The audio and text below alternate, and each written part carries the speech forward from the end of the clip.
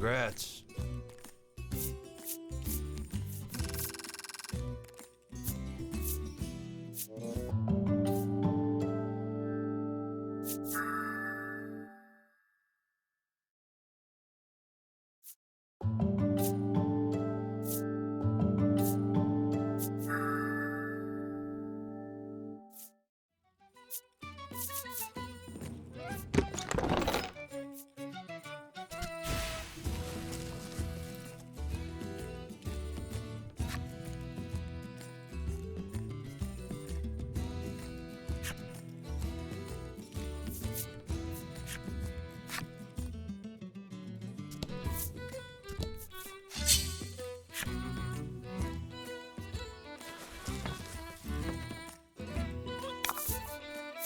About the enemy.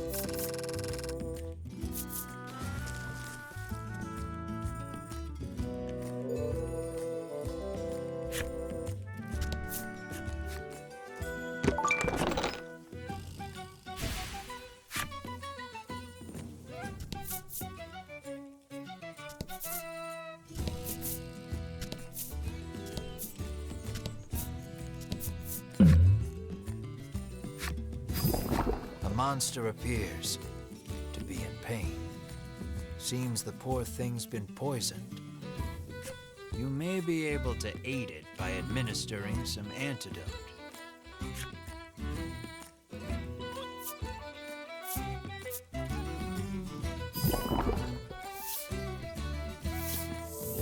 You take pity on the creature and administer some antidote.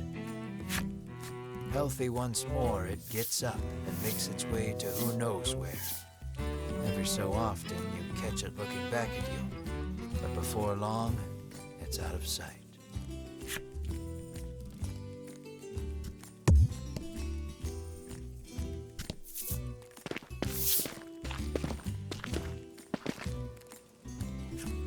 The Fellowship moves westward, only to be unnerved by the sight of a human figure moving through the trees.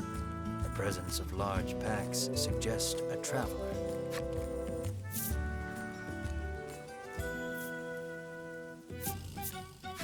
I beg your pardon, but did you catch sight of a monster fleeing west? Winifred inquires. He gives her a puzzled look. There's nothing out there but the sea, he says. That and a cave full of monsters on the opposite shore. I suspect you might find your quarry there. The Fellowship exchange glances and nod as if to say, then that is where we shall go. Alas, they will need a boat to cross the sea.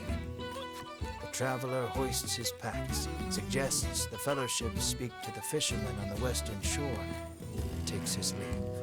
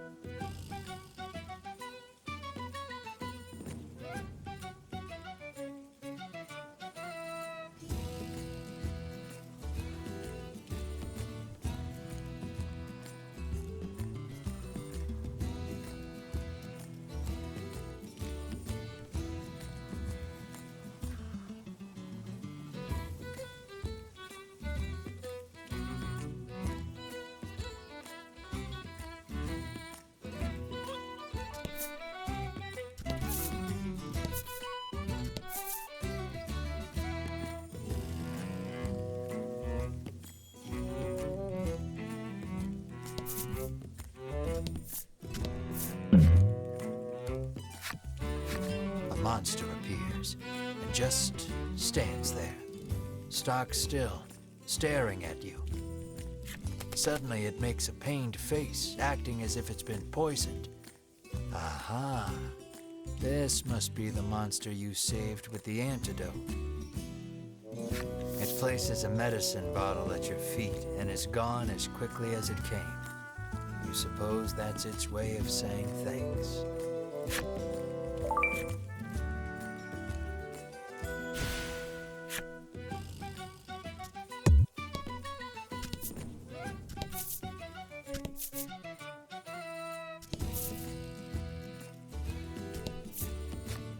The Fellowship comes upon an anchored ship. Close by, a fisherman of exquisite physique hauls a net out of the water, his muscles rippling. This is no time for lustful reverie. Winifred races to his side and asks that he give the Fellowship safe passage aboard the ship. That vessel is cursed, the fisherman mutters, trembling. Night after night, it leaves port without a soul aboard, headed I know not where. Come morning, it is once again anchored here. This, to the fisherman's mind, is the result of a curse. His head drops into his hands. With but a single dispeller, I am certain I could lift it and sail away.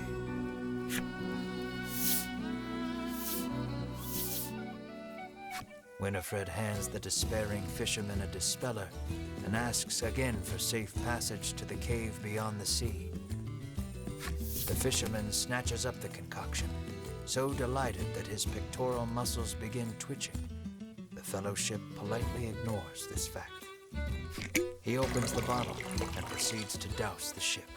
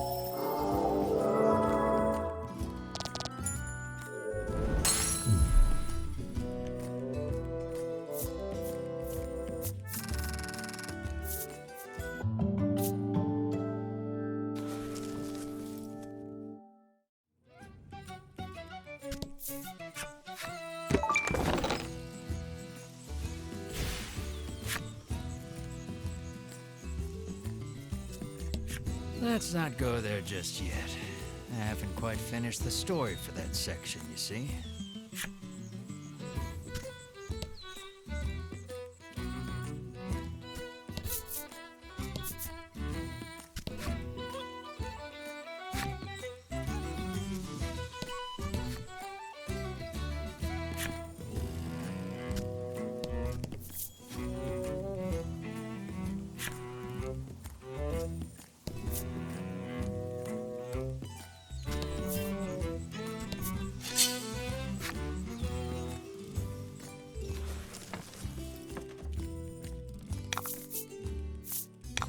And 5.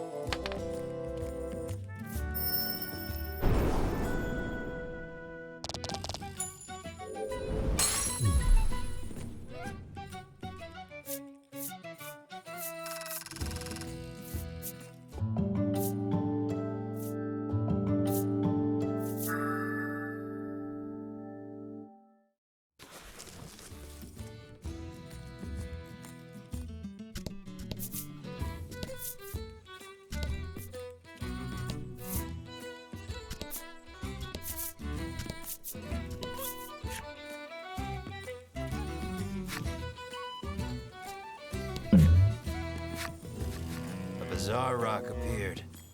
It seems primed to explode.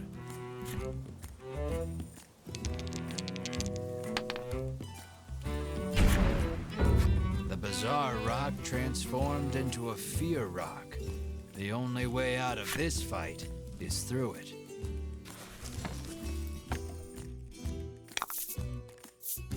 Don't hold back.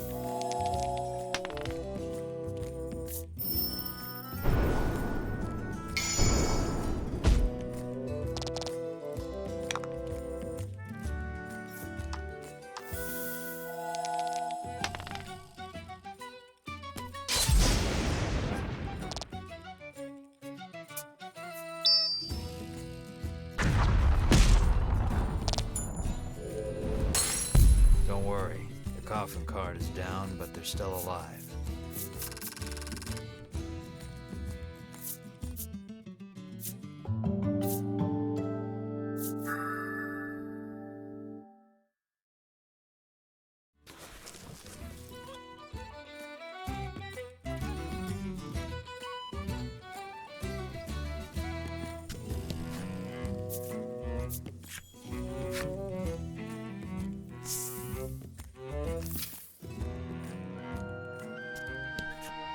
Here to stay the night? The innkeeper asks the moment you set foot in the inn.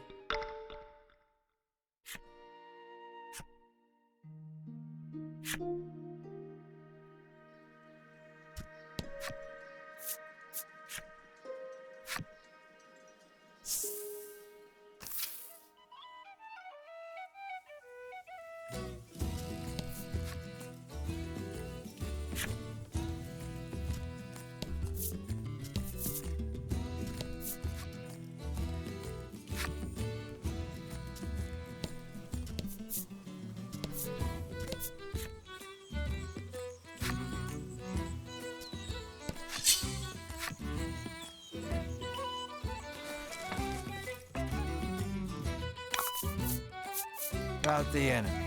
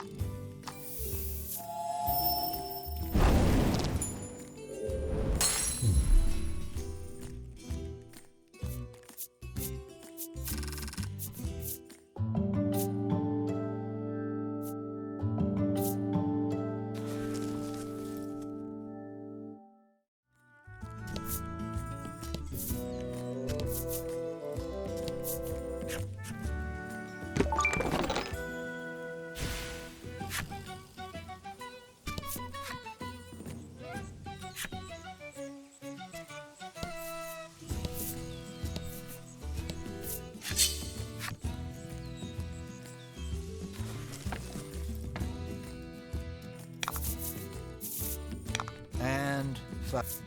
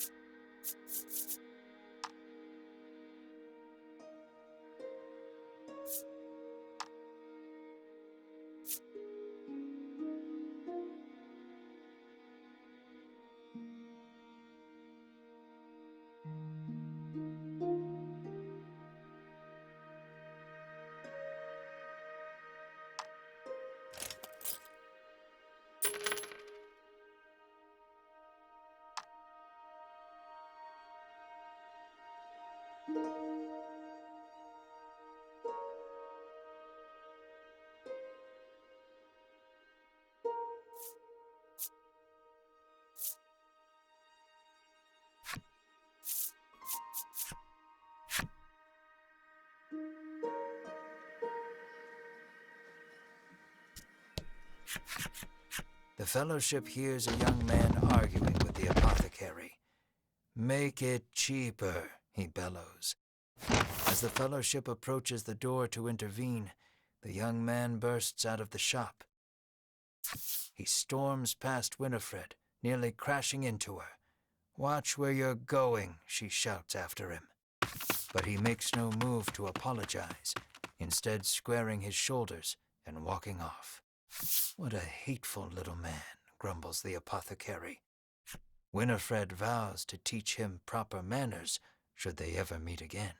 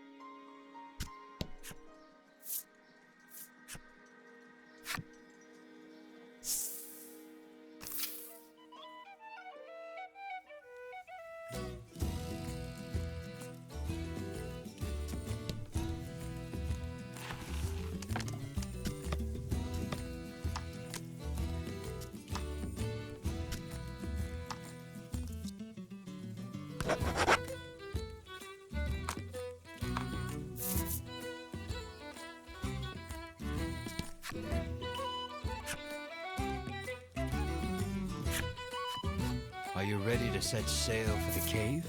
The fisherman asks. How will you? All right then, just let me know when you're ready, he says cheerily.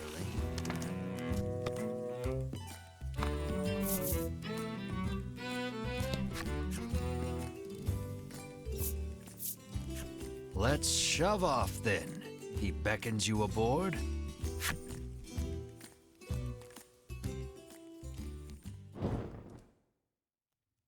The Fellowship arrives at the mouth of a dank cave, its damp, rocky expanse threatening to swallow them. Monsters could come pouring out at any moment. The fisherman has anchored the ship in the cove. Come back here when you're ready to return to the mainland, he says.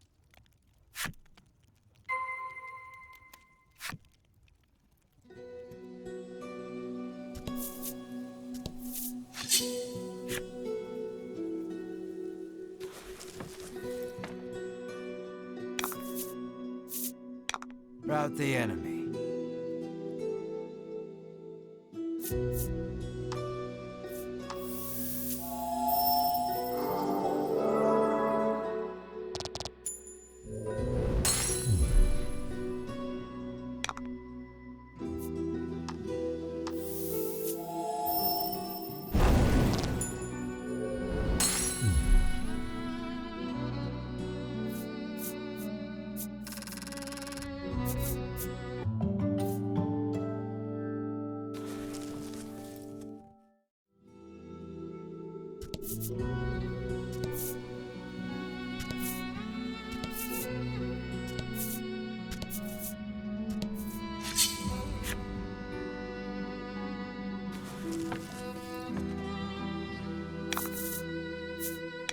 Rout the enemy.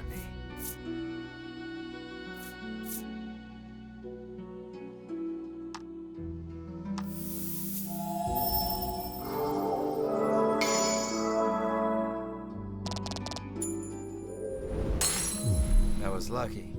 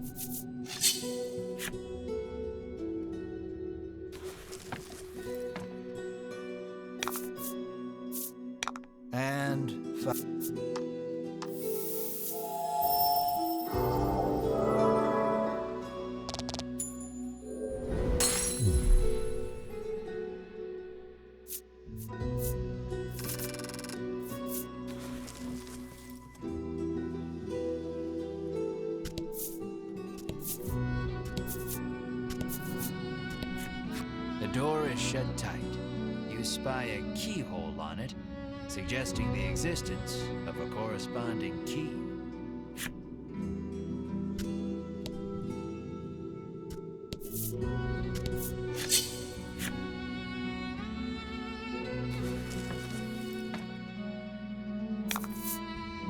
About the enemy.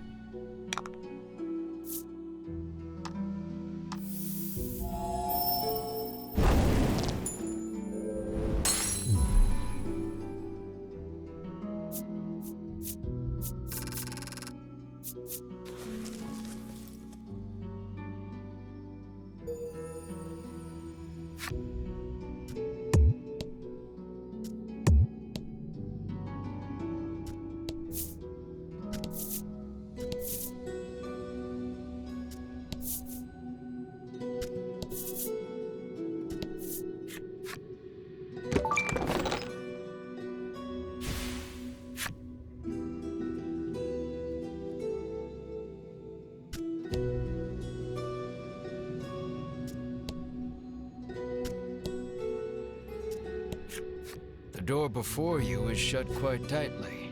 It appears to have a keyhole. The Fellowship slides the simple key into the keyhole and turns it. The lock opens with a thunk.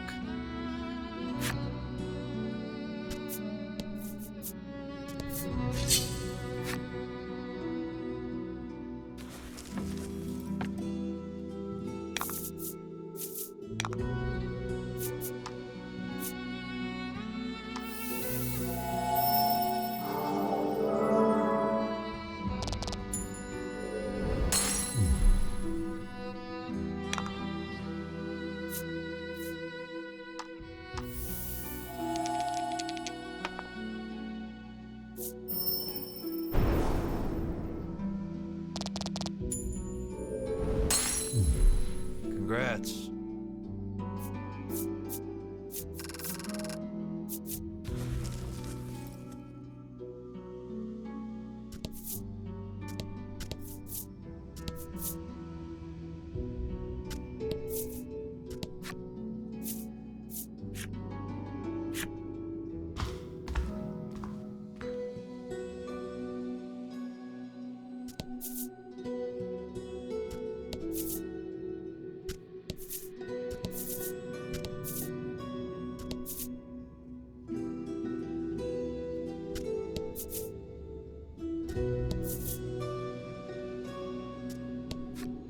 An iron door towers before you.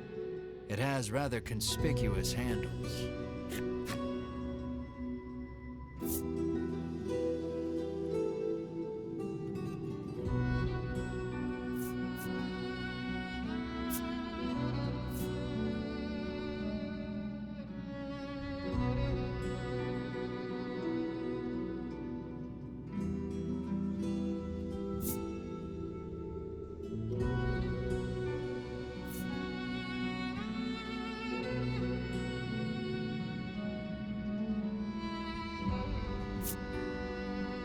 Berwin pulls on the massive handles with all his might. It moves not an inch. Berwin gives the door a roundhouse kick out of pure frustration. As his foot connects, the door trundles to the side. So it was one of those sliding contraptions.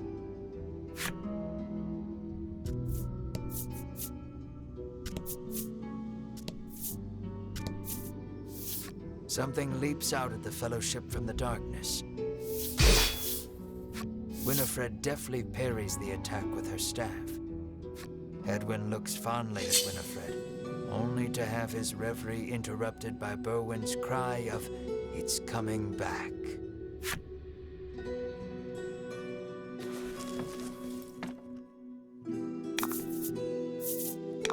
And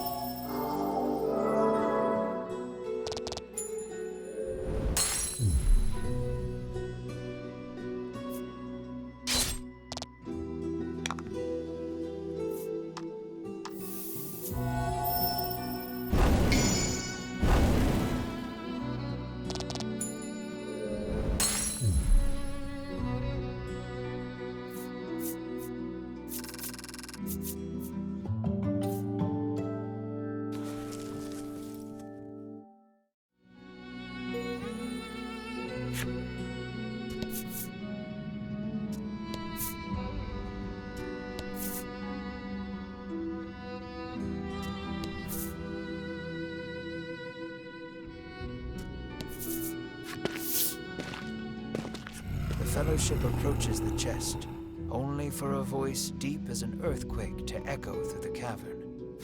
"You shall not have it," a voice growls.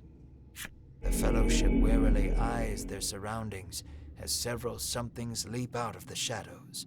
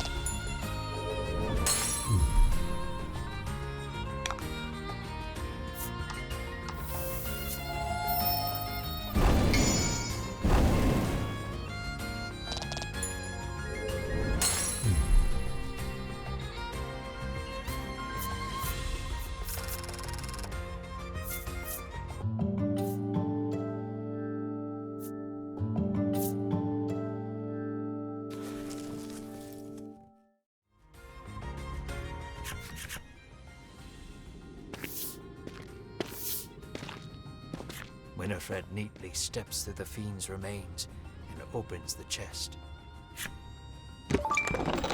Inside is what appears for all the world to be an ordinary medicine bottle.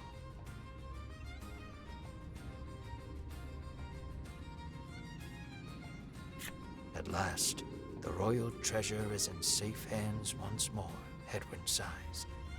Winifred and Berwyn nod in agreement.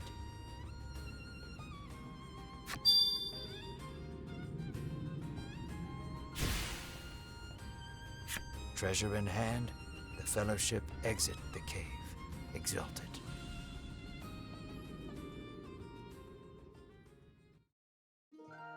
In time, the Fellowship find themselves before the Queen once more. They offer her the retrieved treasure. As reward for the arduous task of returning our prized possession, I bid you name anything you desire, she proclaims. She is positively beaming and seems prepared to shower the Fellowship with riches, whether they demand them or not. But at that moment, a massive roar, the likes of which had never been heard before, shakes the entire castle. As the roar recedes, one of the royal guard, pale as a sheet, bursts into the royal hall. He struggles to gather his breath. Just now, over the castle, a dragon, he pants to Queen Nilla. A dragon. So the great evil has returned. Queen Nilla turns her gaze to the sky, dumbfounded.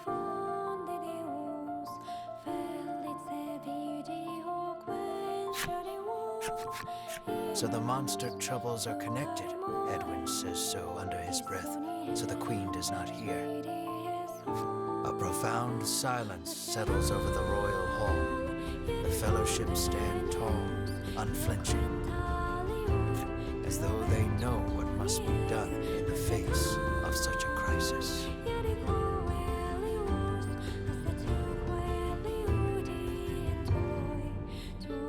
What will become of the land now that the dragon has returned?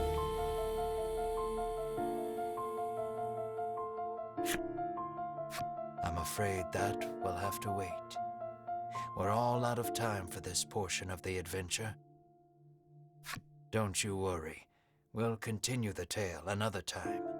I look forward to our next session. Until then, I bid you good day. Farewell, friends.